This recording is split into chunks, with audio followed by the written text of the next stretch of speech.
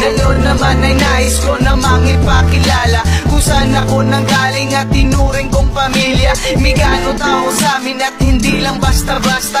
Handa kami tumulong kahit sa kaninong kapwa. Hindi rin sa nagmamayabang, kasing tigas man ang pato. Ang kapatid at kapit bisik kasi nga migano to.